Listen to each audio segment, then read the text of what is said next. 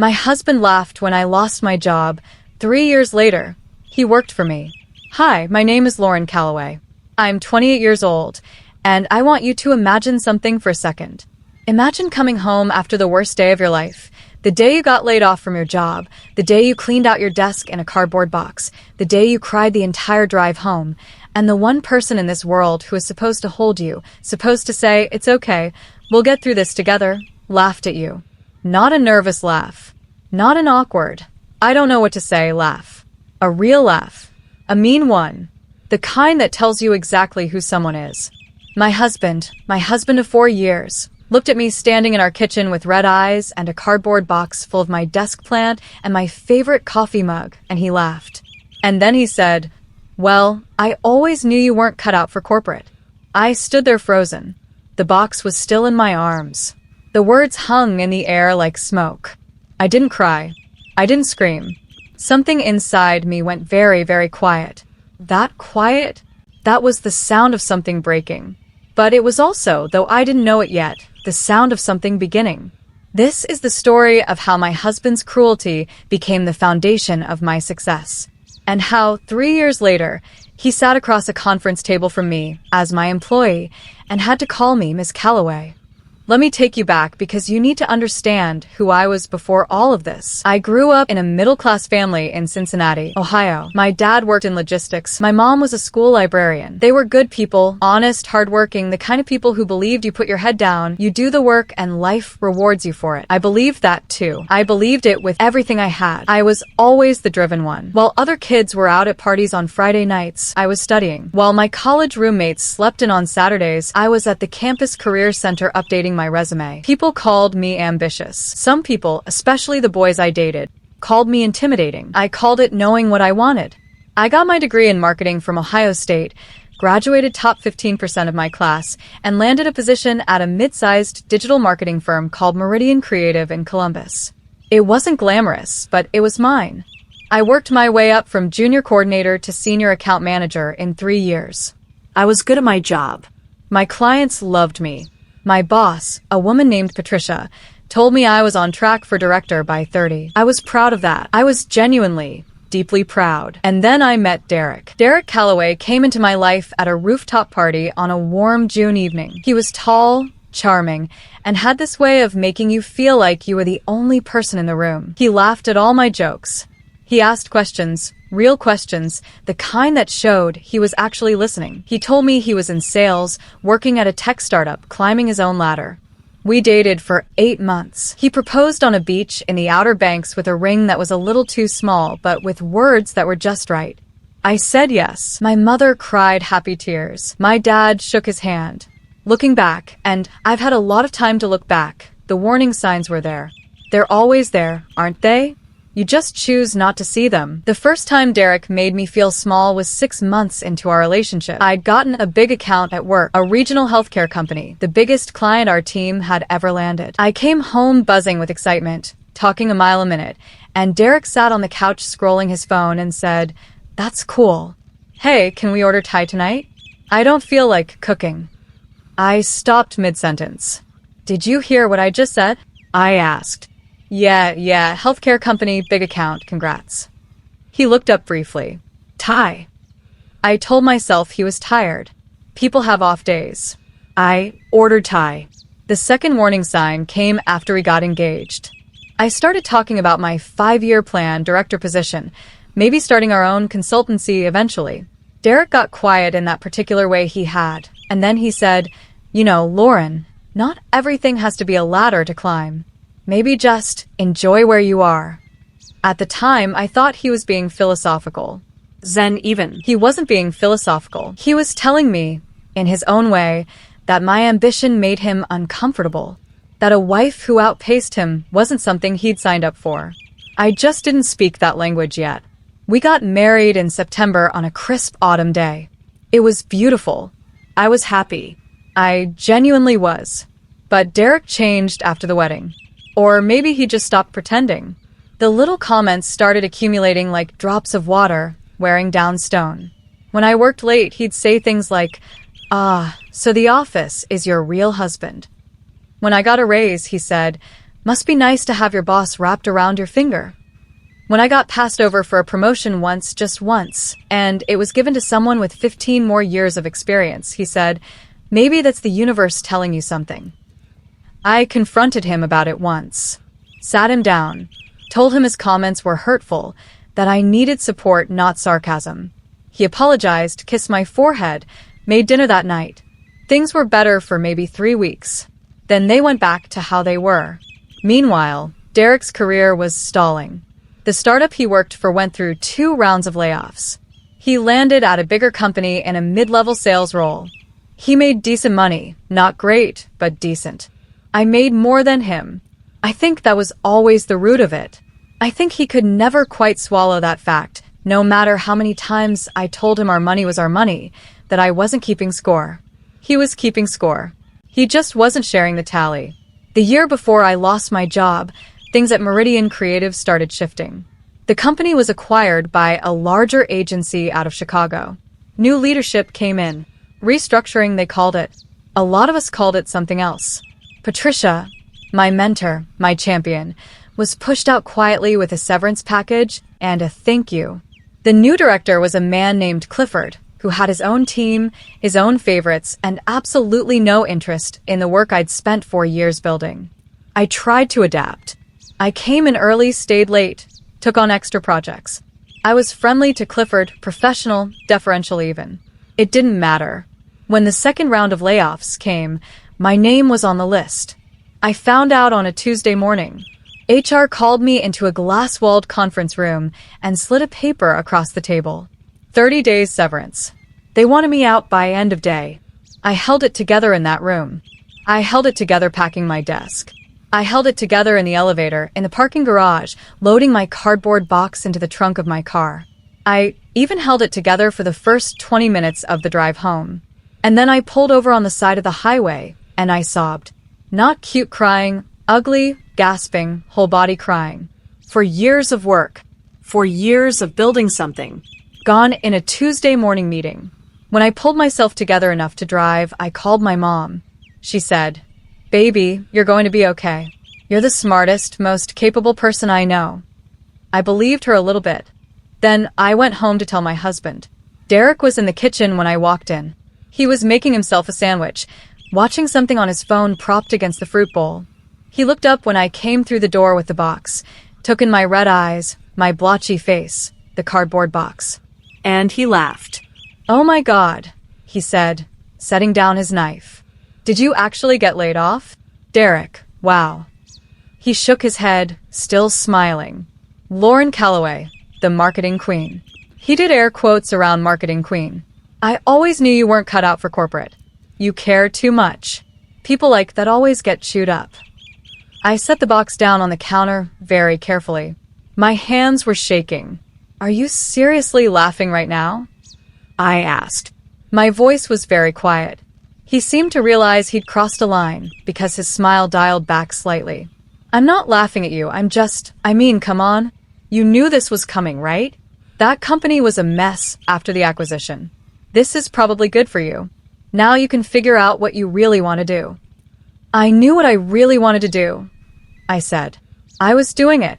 He picked up his sandwich. "Well, you'll figure something out." He walked toward the living room. "What's for dinner?" Something inside me. I can only describe it as a lock clicking. Not slamming. Clicking. Quiet and permanent. I stood in that kitchen for a long time after he left the room. The cardboard box sat on the counter.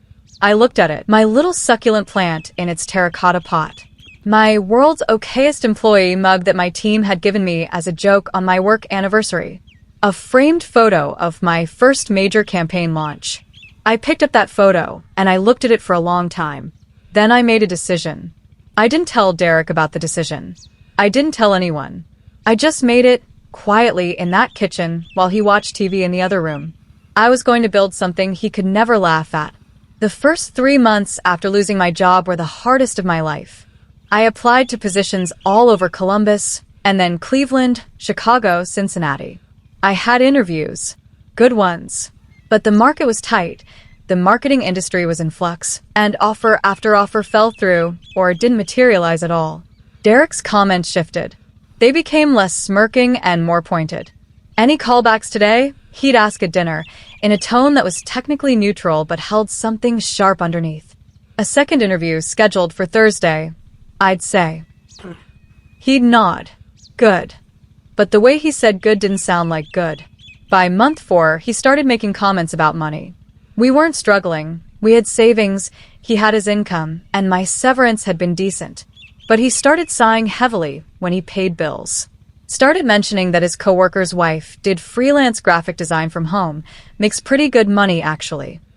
Started asking if I'd thought about maybe doing something different, something more stable. Each comment was a small stone dropped into still water. He was trying to reshape me, reduce me, turn me into something smaller that fit more neatly into the life he'd imagined for himself. What he didn't know, what no one knew, was what I had been doing with my time. It started because I was restless. The job applications were going out daily, but there were hours in between, and I couldn't watch television, and I couldn't sleep, and I couldn't stand the feeling of uselessness that settled over me like a fog. So I started doing what I'd always done when I was anxious. I worked. I had noticed something during my years at Meridian Creative. Small and medium-sized businesses, local ones, regional ones, were paying enormous fees to large agencies for marketing services that were often templated, impersonal, and frankly mediocre. The big agencies didn't care about the small clients. The small clients knew it and resented it but felt they had no choice. I thought, I could do this better. I could give them the personal attention the big firms won't. I know their market. I know this city. I started small. I reached out to a friend who owned a boutique home goods store in the Short North neighborhood, a lovely woman named Cassandra who had been struggling to build an online presence. I offered to handle her digital marketing for 3 months, low rate, just to prove what I could do. The results were beyond what either of us expected. Her online sales tripled. Her Instagram following grew from 800 to 12,000. She started getting inquiries from stores in other cities wanting to carry her products. Cassandra told 2 friends. Those friends told others. Quietly, very quietly, I started acquiring clients. A local restaurant group, a women's clothing boutique, a regional law firm that had been pouring money into a Chicago agency and getting nothing back. I worked from our spare bedroom while Derek was at his office. I worked at the kitchen table after he went to sleep. I filed my LLC, Calloway Creative Group, on a Wednesday afternoon while he was on a sales call. I didn't tell him. I know how that sounds. But I want you to understand something. I had learned, in 4 years of marriage, that telling Derek about something before it was real gave him the opportunity to diminish it while it was still fragile. I'd watched him do it with small things, a home project I was excited about, a recipe I wanted to try. He'd poke holes in it before I'd even started, and sometimes that was enough to drain the energy out of me entirely. This thing, this business, this fragile new living thing I was building in the margins of our house. I refused to let him near it until it was strong enough to survive his skepticism. By month 7 of my unemployment, which is what Derek still thought it was, I had 11 clients and was making 60% of my previous salary. By month 10, I had matched my salary. By month 13, I had exceeded it. And I still hadn't told my husband. My friend Keisha was the only person who knew. We'd been close since college. She was the maid of honor at my wedding. She was the person I called from the side of the highway the day I lost my job. When I told her what I was building, she didn't laugh and she didn't poke holes. She said, "Lauren, this is going to be incredible. What do you need from me?" What I needed was someone to talk to. Someone who helped me see clearly when I was too inside my own head. And Keisha was brilliant at that. She was also the one who, around the 14-month mark, sat me down over coffee and said something I'd been avoiding thinking about. "Lauren," she said, wrapping both hands around her mug, "can I ask you something?" "Always," I said. "What are you doing?" "With Derek, I mean. Not the business. The marriage." I looked out the window of the coffee shop for a long moment. "I don't know," I finally said. "Because from where I'm sitting," Keisha said carefully, "it seems like you've built this entire life, this incredible, successful thing, specifically designed so that Derek doesn't have access to it. And I'm wondering if part of you already knows what that means." I went home that night and looked at my husband across the dinner table. He was telling me about some irritation at work, a client who'd been difficult, a manager who didn't appreciate him. And I listened. And I realized I had been listening to variations of this conversation for 4 years. Derek in the center. Derek's struggles. Derek's frustrations. Derek's needs. And I realized with startling clarity that I had not been a wife in this marriage. I had been an audience. I made an appointment with a divorce attorney the following week. Her name was Margaret Osei, a sharp, no-nonsense woman with natural hair and reading glasses she wore pushed up on her forehead. I told her everything. She listened without interrupting. When I finished, she pushed her glasses down and looked at me over them. "Tell me about your business," she said. I told her about Callaway Creative Group. The clients, the revenue, the growth trajectory. She nodded slowly. "And your husband has no knowledge of this business?" "None," I said. "And it was started and built entirely after your layoff, using your own funds from your personal savings account?" "Yes." She smiled, just slightly. "Miss Callaway," she said, "let's talk about how we're going to handle this." The divorce proceedings took 4 months. Derek was blindsided, genuinely, completely blindsided. He thought we were having a rough patch. He thought the tension in our house was about money and job stress. He never saw it coming. When he was served with the papers on a Thursday evening, he called me 6 times in a row. I didn't answer. He drove to Keisha's apartment, assuming I was there. I wasn't. I had already moved into a furnished short-term rental across town, paid for entirely from my business account. He called again. I finally answered. "Lauren." His voice was stunned, raw. "What is this?" "It's divorce papers, Derek." "I can see that, but why?" "Why now? We can fix this." "Whatever you're upset about." "I'm not upset," I said. And I wasn't. That was the thing he couldn't understand. I was completely calm. The storm had passed. I was standing in the quiet after. "I've thought about this carefully, and I've made my decision." "Just like that," he said. "After 4 years?" "Not just like that," I said. "It took me about 1.5 years to get here, actually. I was just quiet while it was happening." There was a long pause. Are you okay?" he asked. "Financially? Because if you need." And this is the part one want you to really hear. Because this was the moment.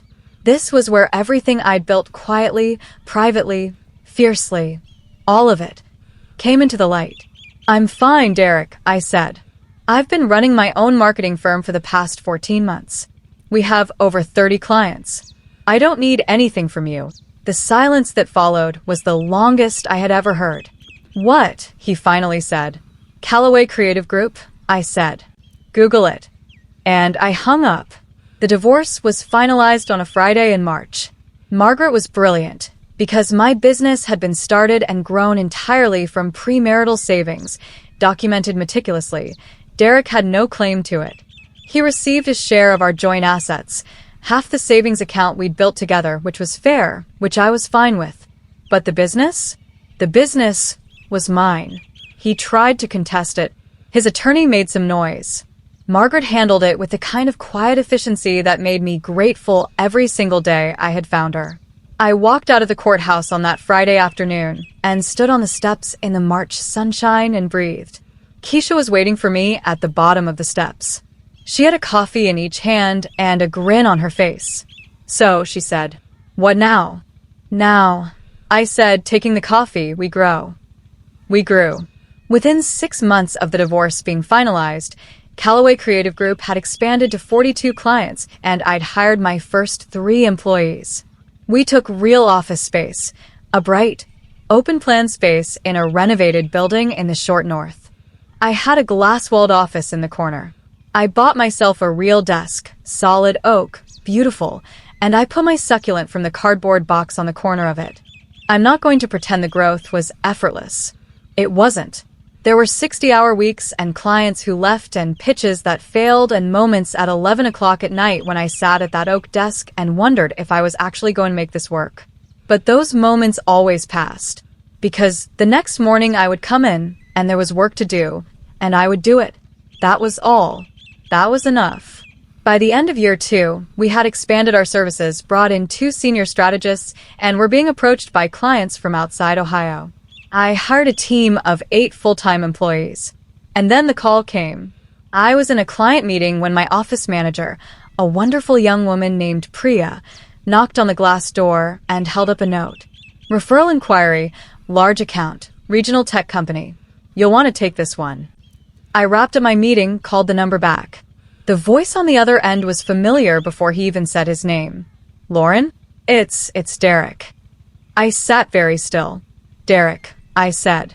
I know this is strange. He laughed awkwardly. I got your name from a colleague. They didn't know. They just said Callaway Creative was the best in Columbus, and he paused. I need to speak with someone about a marketing contract. For my company. Here's what I didn't tell him in that phone call.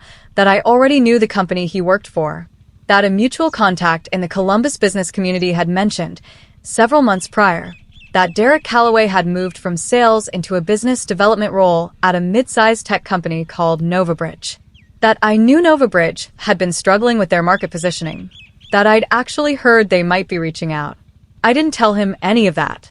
I'd be happy to schedule a consultation, I said, in my most professional voice. My assistant will send you our availability and a brief intake form.